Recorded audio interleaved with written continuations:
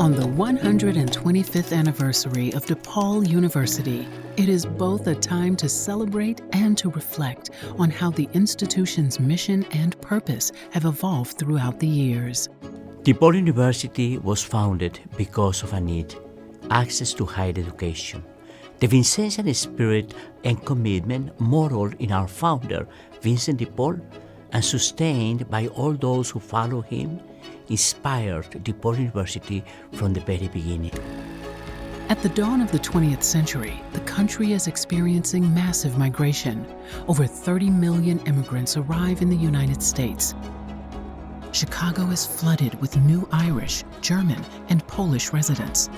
Between the years of 1870 and 1900, it becomes the fastest growing city on record. In response, the Congregation of the Mission, a Catholic society of apostolic life founded by Vincent DePaul, plants roots in Chicago. A parish is built in 1875 with the intention of opening a college. In 1898, St. Vincent's College officially opens its doors. The school is founded on the essential Vincentian question: what must be done to give immigrants access to an education that is affordable, accessible, and that will provide them greater economic opportunities? While having started as a college for children of Catholic immigrants, in 1907 it recharters and welcomes all faiths as DePaul University.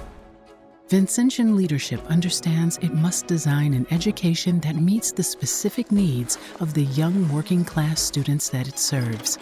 Therefore, they prioritize flexibility, offering part-time and evening courses. As the university expands, it ensures all the classrooms remain in the heart of the city where the students live and work.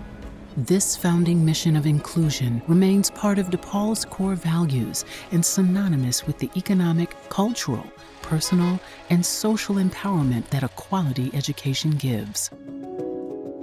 As we move through the 20th century, we see a growing university within a major urban hub that must constantly evolve to respond to the needs of the city and of the day. In 1911, as the population explodes, there is a lack of grammar school teachers, a position often held by women. In response, DePaul becomes one of the first co-ed Catholic universities, admitting female students on an equal basis with men. In 1945, a surge of GIs returned from the Second World War in want of an education. DePaul establishes new programs for non-traditional adult students, offering an education on their terms. In the 1960s, we enter the years of the Civil Rights Movement, a period that aligns with our Vincentian spirit of access and inclusion.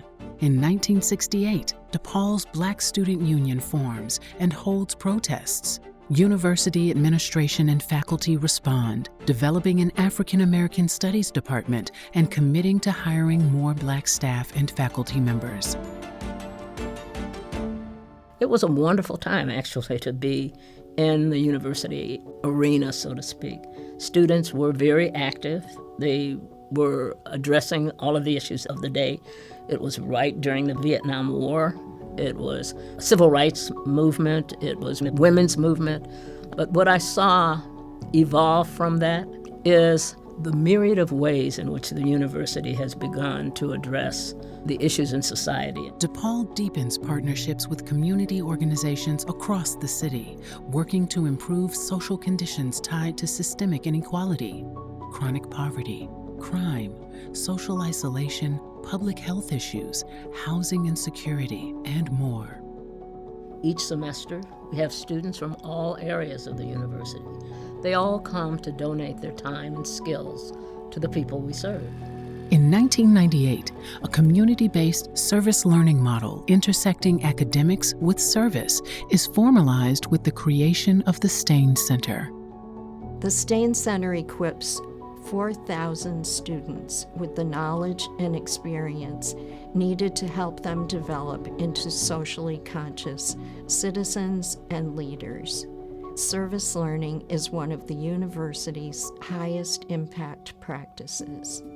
In 2012, DePaul University becomes one of the first major institutions to switch to test-optional admissions.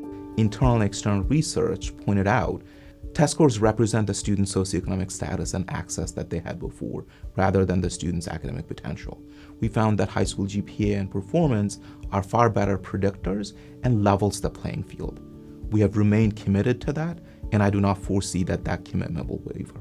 While Vincentians have long been the stewards of DePaul's mission, as the school expands and diversifies, it becomes increasingly important to empower and prepare lay people to carry the mission forward.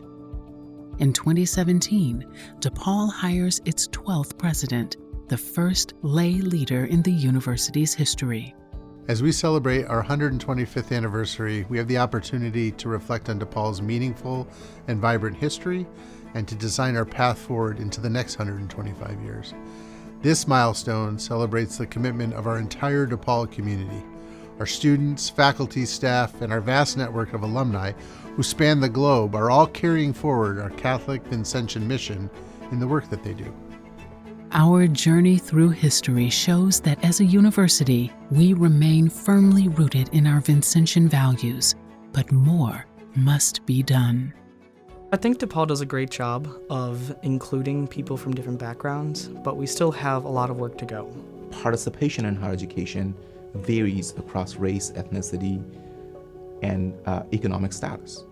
So what that simply means is, even though the country is becoming more diverse, students are becoming more diverse, not all students get to go to college at the same rate.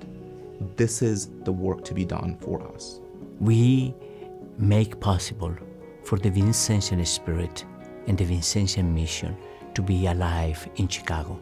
We do that when we dedicate our lives on the service of our students, when we connect with all these wonderful networks of social and environmental justice. In this celebration, there is also an invitation and an opportunity for all of us to become more aware of our togetherness around our mission. We do this in serving our students, for them to be successful in their personal lives and for them to become agents of social transformation.